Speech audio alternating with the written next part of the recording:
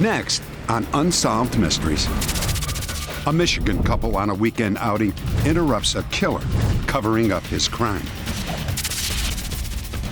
12 people claim they saw a bizarre creature in the mountains of Colorado. Is Bigfoot more than just a legend? In Miami, a drug bust gone bad exposes a conspiracy of police corruption. Okay, relax. In Atlantic City, a desperate father searches for answers after the vicious murder of his 7-year-old son. I want to see my son around. Look. 5 intriguing stories. Stories that you won't want to miss. I'm Dennis Farina, and this is Unsolved Mysteries.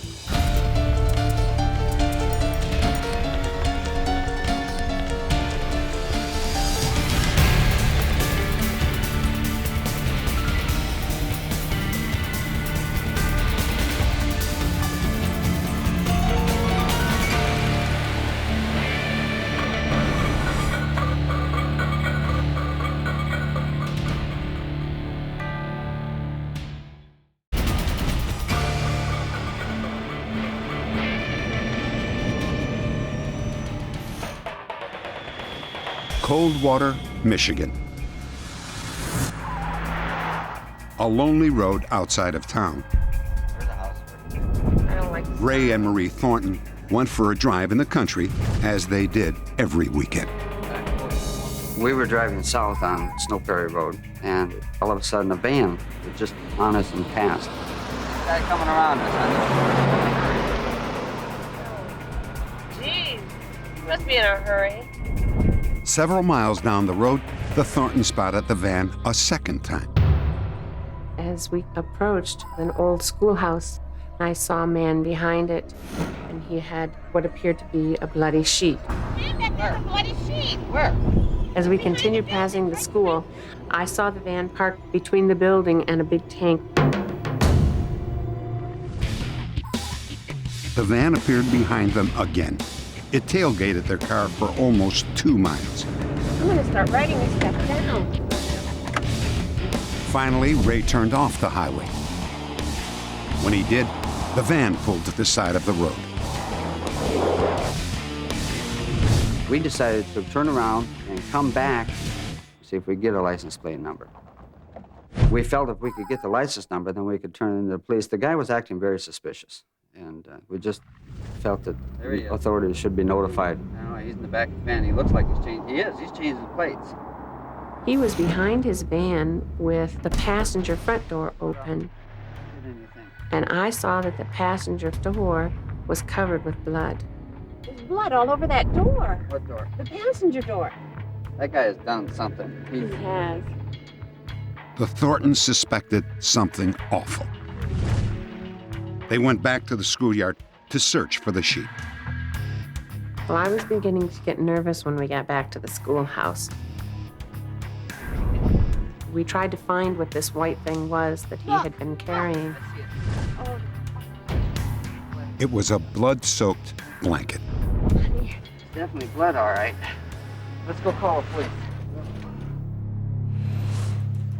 Ray and Marie Thornton had found evidence of a shocking crime.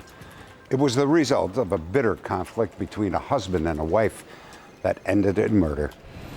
This is important. Yeah, it's Dennis and Marilyn Dew had a comfortable life. Dennis was a property assessor, and Marilyn was a high school counselor. Now you be careful. Together, they were raising 3 children. Beneath the surface, things were different. Dennis was angry and withdrawn, and he accused Marilyn of turning the children against him. It's not that they, fought all the time, because they didn't. It was just, they just didn't really talk. She would just say in general that she was unhappy.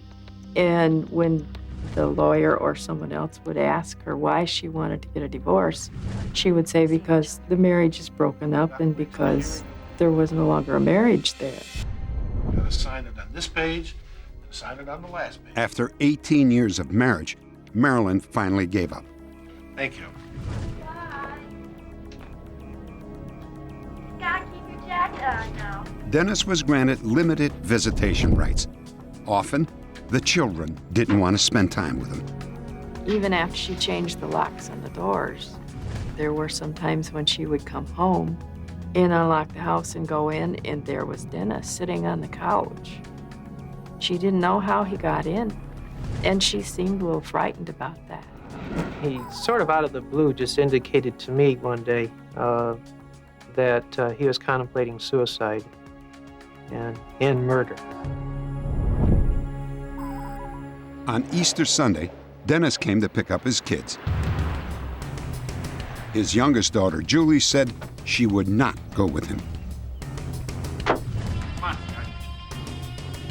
down, let's go. Get your jacket. No, stop. No, let's go. Everything coming with you. Leave him alone. Make it think terrible. I hate you.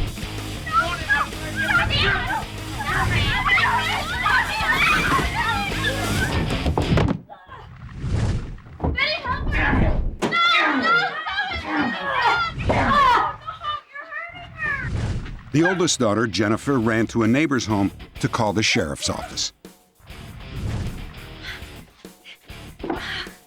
She wasn't walking completely on her own. He was like holding her up. We're going to the hospital. And when they were walking by, I just said, Mom, and she didn't even look at me. She was just kind of in a daze. The Depues never arrived at the hospital. Investigators immediately began searching for the missing couple. That same afternoon, Ray and Marie Thornton found the bloody blanket in the schoolyard. The area was quickly secured. Deputies found several fresh tire tracks and a large pool of blood. The tracks were later matched to Dennis's van. The blood was Marilyn's.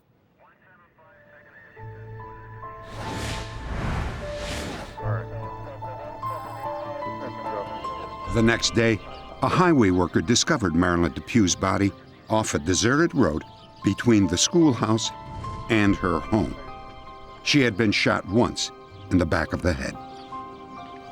We had a feeling that he had really done something terrible.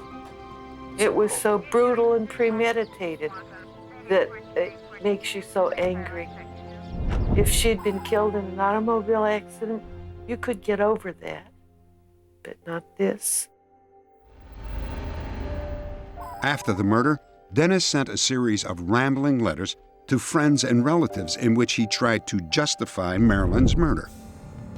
To co-worker Jan Markowski, Dennis wrote, Marilyn had many, many opportunities to treat me fairly during this divorce, and she chose to string it out, trick me, lie to me. And when you lose your wife, children, and home, there's not much left. I was too old to start over. Dennis sent a total of 17 letters, postmarked in Virginia, Iowa, and Oklahoma. It seemed as if Dennis was trying to say that those of us who were friends of Marilyn were the ones who caused her death, when in effect, it was Dennis who pulled the trigger. Update. At around 8:30 on the night of our broadcast, a woman we'll call Mary returned home. Her boyfriend, Hank Queen, was already there. His van was parked in the driveway, which was out of the ordinary because he usually kept it inside the garage. He told me that his mother was very ill and that he needed to make an emergency trip home. Could you make me some sandwiches that I can take on? It's a really long drive. I was sure that something else must really be going on, but I didn't know what. Find a man suspected in the brutal murder of his ex-wife. He was getting clothes out of the closet, clothes out of some drawers, gathering up some of his personal items. At the same time, giving me instructions on preparing some food for him to take on the long trip. What do you want to drink?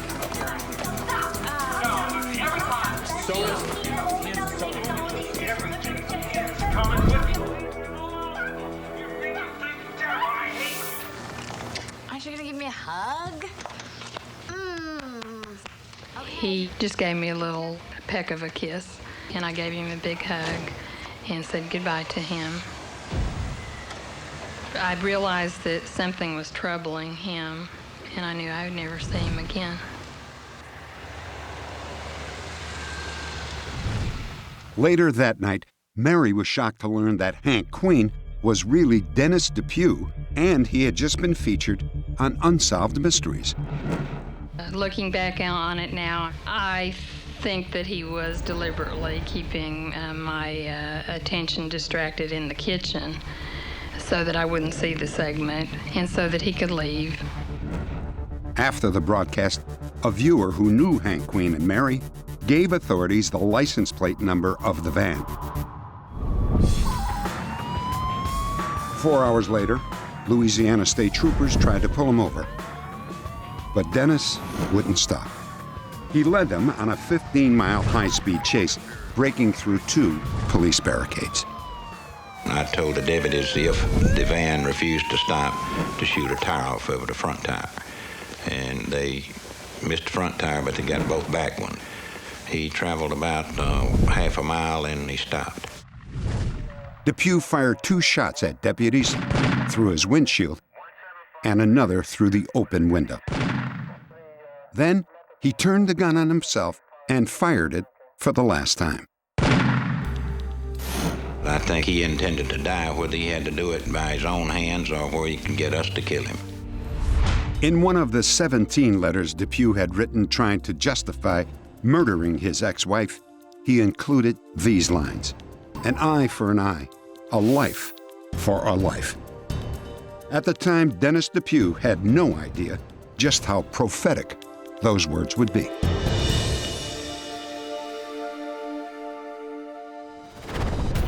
Coming up, Miami police officers who try to get away with murder.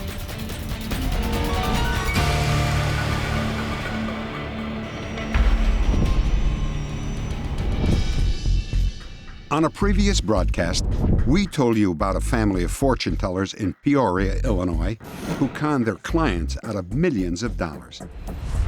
Lena Marie Wilson, her daughter Ann Coricelli, and their accomplice Joe Marks were arrested.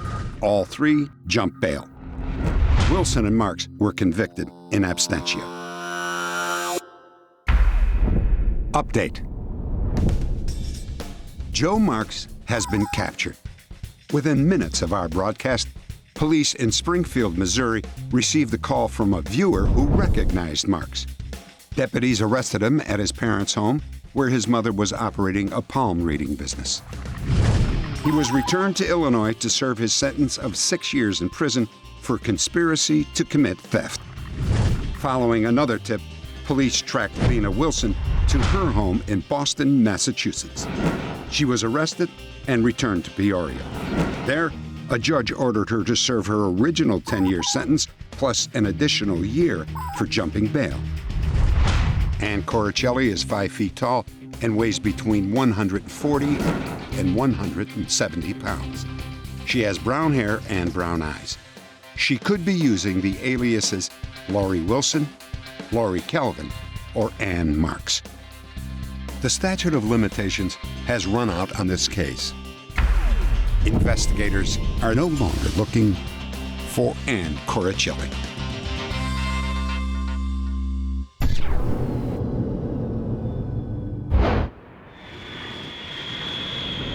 Miami, Florida. During the early 1980s, more than 120,000 refugees arrived from Cuba. 30,000 are hardcore criminals released from Cuba's jails. At the same time, racial tensions lead to 6 days of rioting in the city. Miami quickly doubled the size of its police force to deal with these problems. And some say that questionable applicants slipped through the screening process. And soon, Miami had another problem: corrupt officers in its own police department. It began slowly. The early abuses were minor shakedowns. Their targets, small-time dope dealers. ¿Qué pasó, oficial? A number of the early rip-offs were simple car stops where the police officers would see small amounts of drugs and money and would proceed to take those drugs and money, believing that the people who they were stopping weren't going to report those incidents to the police department. They felt that they were invincible as long as they stood together. As long as no one talked, it was their word against common thugs on the street. These police officers succumbed to greed, and they would go out and say they were not harming law-abiding citizens. And that's how they rationalized and justified a lot of their crimes that they committed.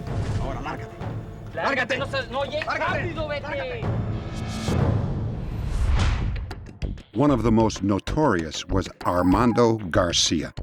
In high school, he hung out with a group of drug users, a fact that he didn't mention when he joined the police force. Garcia was not satisfied with small-time shakedowns. He began confiscating large drug shipments in fake police operations that were totally off the books. The raids eventually became violent. Garcia learned that some 400 kilos of pure cocaine would soon be coming into Miami.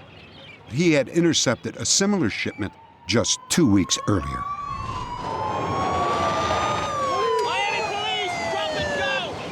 But this time, Garcia's plans fell apart. 6 of the dopers jumped in the water to escape the police officer, thinking it was an official raid. 3 of them drowned. The officers left with 400 kilos of cocaine.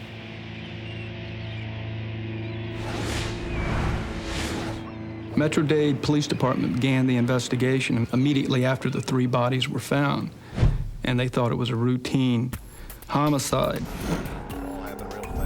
I need you to tell me exactly what it was you saw. Sure, I saw police cars come into the yard. How many? There were 3 of them. Detectives were stunned when a harbor security guard said the 3 men drowned while escaping a police raid.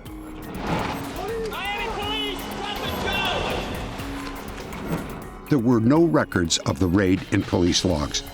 Further investigation exposed Armando Garcia's secret operations.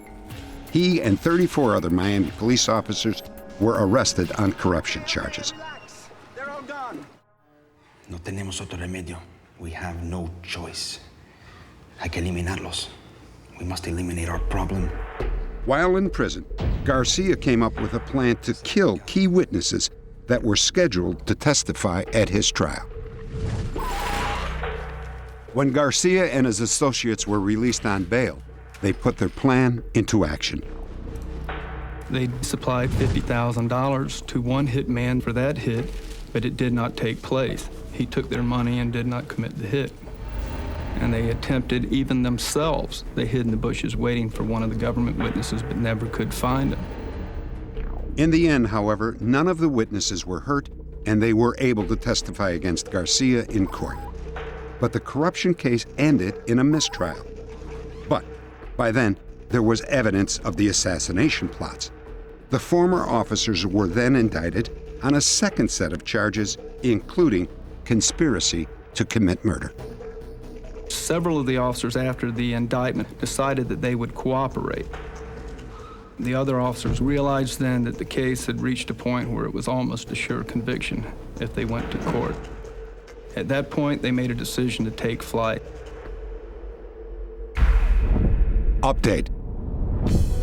Armando Garcia was finally arrested in Cali, Colombia. Also taken into custody was Garcia's father. A week later, Victor Zapata, one of Garcia's accomplices, gave himself up to the police in San Juan, Puerto Rico. All 3 suspects were returned to Miami. Armando Garcia was sentenced to 25 years in federal prison. His father received 10 years, and Victor Zapata was sentenced to 13 years. Next, footprints of a strange creature in the mountains of Colorado. Could it be Bigfoot?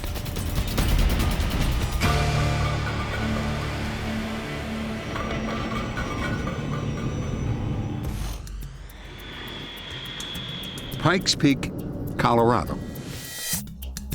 100,000 acres of dense wilderness surround this mountain. Your average hiker might catch a glimpse of a mountain lion, a bobcat, or even a black bear. But recently, there have been reports of a different kind of animal living in the woods. Basically looked like a big man or a big shape coming toward us, and we turned around and started running. It had long hair hanging off its arms and its legs. It had a small torso, but long legs and long arms. Whatever these creatures are, I believe they're more human than ape. I believe that possibly there may be a group of anywhere between 7 and possibly 10, a small band of these creatures living here in the Pikes Peak region. Bigfoot. Many think this ape-like creature is either a hoax or a misidentified common animal. But now new evidence suggests that perhaps Bigfoot really does exist. It was a cold morning in March when Dan Messiah's son discovered a set of mysterious tracks in the fresh snow. Hey, Dad, look at this. What do you got? There's some weird tracks. Tracks? What kind of tracks? Dan had spent lots of time in the outdoors, but he didn't recognize these tracks. Upon examination of the footprints, I determined that it was something very strange and related to the past footprints we had seen around our home. The next night, my son and I stayed up late. Downstairs, we watched television, and every 15 or 20 minutes, I kept going to my window. At 11:45, I could see 2 large creatures running down the road. One of them was a small one, which was about 5'6", 5'7", and the other creature was about 6 foot, maybe 6'2". Other than the hair, which appeared to be covering their body, they looked just like human beings. Dan took pictures of the tracks. The large set was almost a foot long. The smaller set, 8 inches. Dan Messiah is not the only one who says that he saw Bigfoot. While hiking Pikes Peak, Jeremy Swisher and his friends also came face to face with a creature they had never seen. We came around the base of this big rock, and we saw this. It looked like an individual. It had turned around, and it started to chase us. It looked like a fairly good-sized man. It was around 6 foot tall. That's the shape of it. The arms might have been a little bit longer than normal. The run was more or less like that of an athlete, a man of some sort. He was right across the road from us, and that scared us enough to take off for the rest of the way home. The recent sightings in Colorado have all taken place near Pike National Forest. I'm positive that I saw some type of creature that was the strangest thing I've ever seen in my life. It wasn't a bear. It wasn't like anything I've ever seen before. I had a fear in me. I got out of the truck and it passed me. And I got behind it, but a clear enough distance because I wasn't about to go tackle it or anything. But it seemed to have the figure of a human being. I didn't see the face at all, but it had hair covering its body.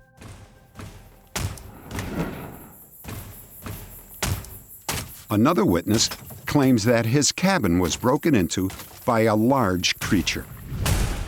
He rushed to the back porch, but the intruder had vanished. The cabin door was practically destroyed. The next morning, 2 boys found tufts of hair caught in the screen door. We sent this hair to a laboratory at the University of California in San Francisco. I've tested these hairs for all the major groups of mammals that have large specimens like, deer, bear, and so forth, and it only reacts with the primates. And of the primates, it only reacts with hominoids, and there are only 5 hominoids: human, chimpanzee, gorilla, orangutan, and gibbon. And I've eliminated all of those except human and chimpanzee. So it's some large animal closely related to human and chimpanzee. Using 4 eyewitness accounts, a scientific illustrator drew a picture of what Bigfoot might look like. Is it possible that this huge, hairy, human-like creature might actually exist? Until concrete evidence appears, Bigfoot will remain a creature of mystery.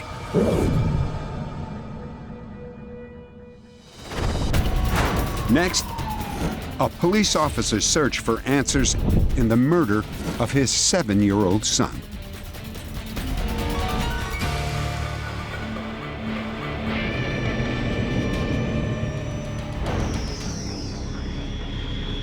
Atlantic City, New Jersey. Morning, Gare. It was a midweek holiday for 7-year-old Gary Grant, Jr. Gary lived with his mother, May. She and Gary's father, an Atlantic City police detective, had been separated for about a year. And after breakfast, are you going to go out and play with your friends? No, Mom, not tonight. Why not? I was asking him with who, and he said it was a secret. So I thought, it's silly. He's a little boy. Something to do maybe with his little girlfriend around the corner or something. So I kind of left it at that. He wanted to go out and play, so he got dressed and he went out to play. Gary went out about noon. He said he would be back by 4 p.m., before it got dark. It got to be 4:30, and he still hadn't showed up for dinner, and he liked his dinner. He never missed. So I started getting worried, and I went down to where 2 girls that were friends of his, and asked them if they had seen Gary. Do you want to come in? No, I'm just looking for Gary.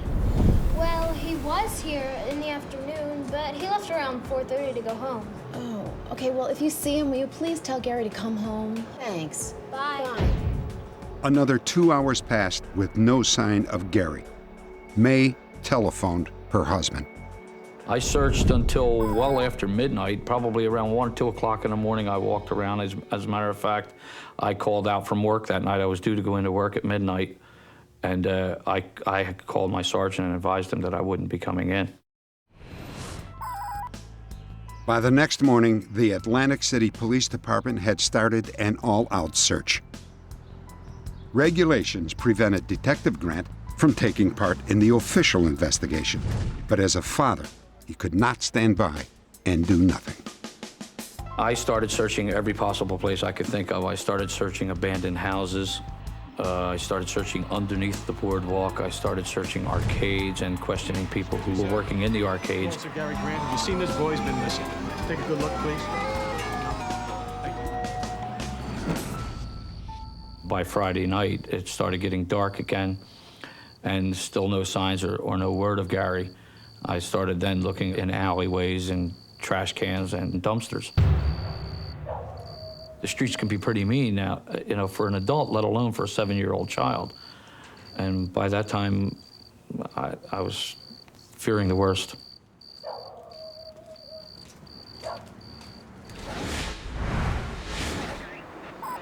The next afternoon, the body of Gary Grant Jr.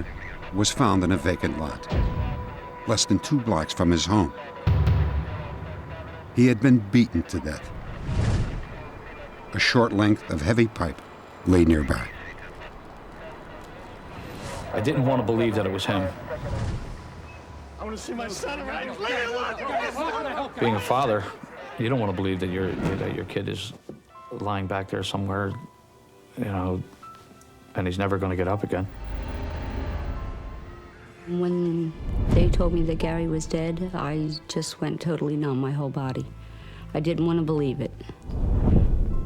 I just can't imagine why someone would do that to a 7-year-old boy. Any 7-year-old boy. The investigation began like all others. Detectives tracing the victim's final hours and talking to those who knew him best. Do you know Gary Grant? Sure, he lived around here, over in Arctic. When was the last time you saw him? A couple days ago. Who was he with? He was with Boo. Would that be Boo Mason? Carl Mason, nicknamed Boo, was a mentally challenged 12-year-old with an IQ of 65. He was smaller in height and weight than Gary, even though he was 5 years older. The two boys were good friends and often played together. We're with the Atlantic City Police Department. We need to ask you a few questions. Did you know this Gary Grant kid? Sure, I knew Gary. When did you last see him? Wednesday. You sure you didn't see him on Thursday? Yeah, we were supposed to meet on Thursday, but Gary never showed up. Boo said he hadn't been with Gary. But detectives canvassing the neighborhood kept coming back with stories that he had in fact been with Gary. So they didn't know what to do. There was this conflict. Boo seemed like such a harmless character. He was known as a scaredy cat in the neighborhood, but they just couldn't reconcile the conflict. No, I seen him the day before, and that was it. And then they just said, okay, and they were asking me some other questions, but I don't remember. Then later on that night, they came back and they took me.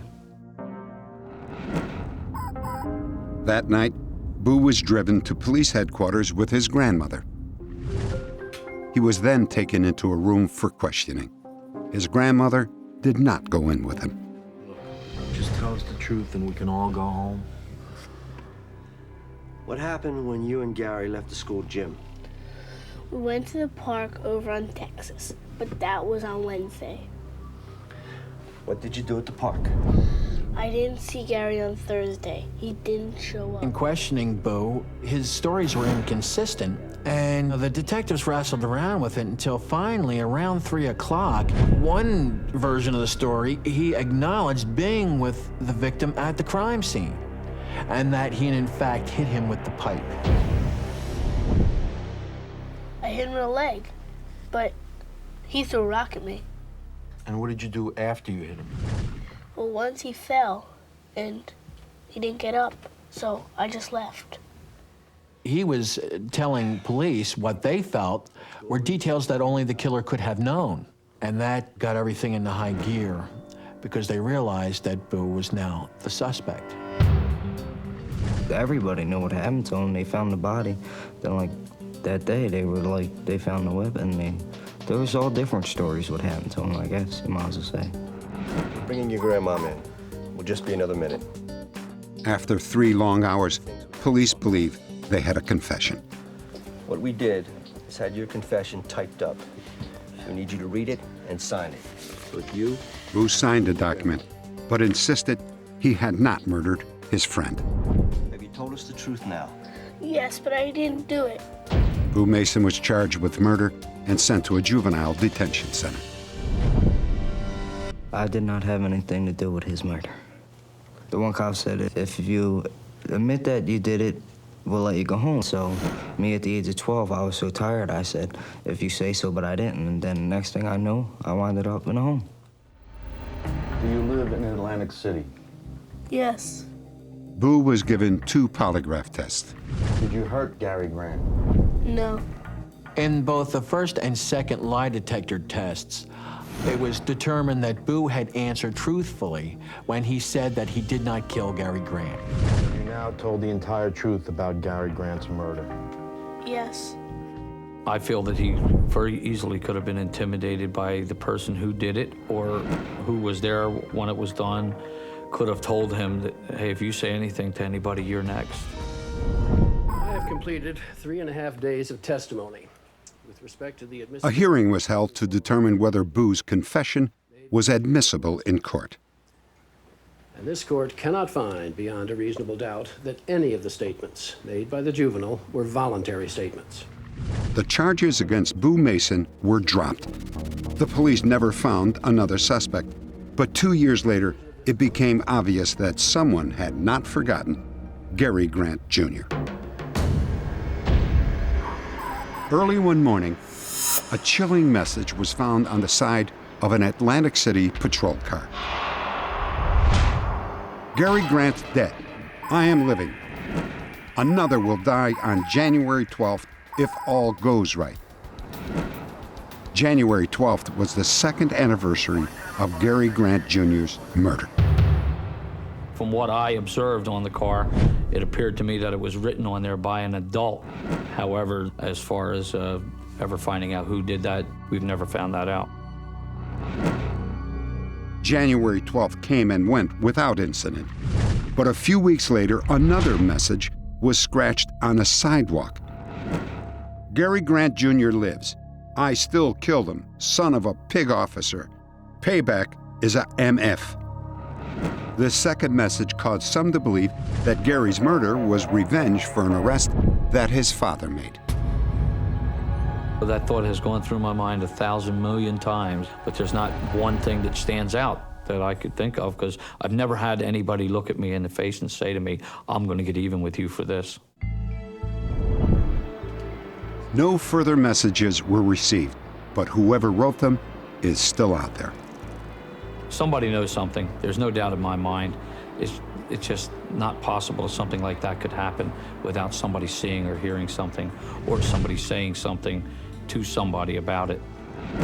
I would like to see the person or persons who are out there and they know who they are to come forward, so I could have a little peace too in my mind, in my heart. If you have any information about the murder of Gary Grant Jr., please log on to our website at unsolved.com.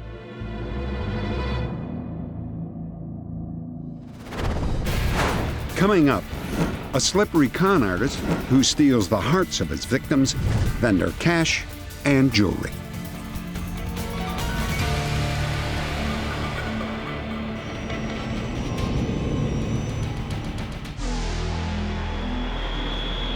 Palm Beach, Florida. The robbery takes place in broad daylight. The thief has a key to the house. He is selective and seems to know what he wants. No fingerprints are left behind. It is obviously an inside job. At the door, the thief leaves a note for his victim. He signs it L. Many of Florida's retirees are widows or divorcees. They can be easy targets for a sleazy kind of con man who preys on their emotions and then takes off with their cash. Okay, we're gonna speed it up for you with a little shuffle. Let's all get up and dance.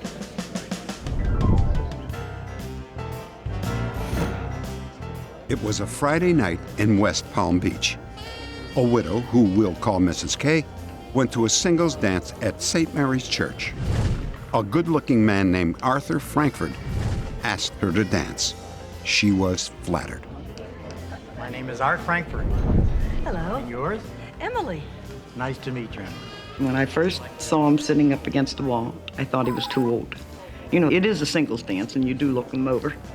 After he'd asked me to dance, I realized he wasn't as old as I thought he first appeared. That night, Mrs. K and Arthur danced every dance. From the day that I met him till the time that he left, never once was I suspicious of any move that he made as far as to question his character, who he was, that he was a liar and a thief.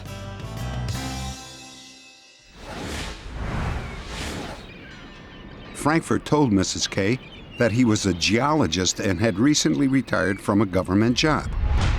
He also said he owned a house and several other rental properties in nearby towns and lived off the income in addition to his retirement pay. So one night he come home and he said that instead of renting another place for himself, he thought it would be better if he lived here. Once he moved in, it was great.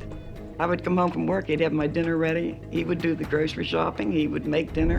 He would clean the house, vacuum the house. There was no reason to have anticipated what he did. I'm getting very excited about our proposed trip. Mrs. K and Frankfurt settled into a comfortable routine. Oh, Emily, it certainly will. We started to play gin, and during the course of the gin game, he stopped what he was doing. You really love me. Yes, I do.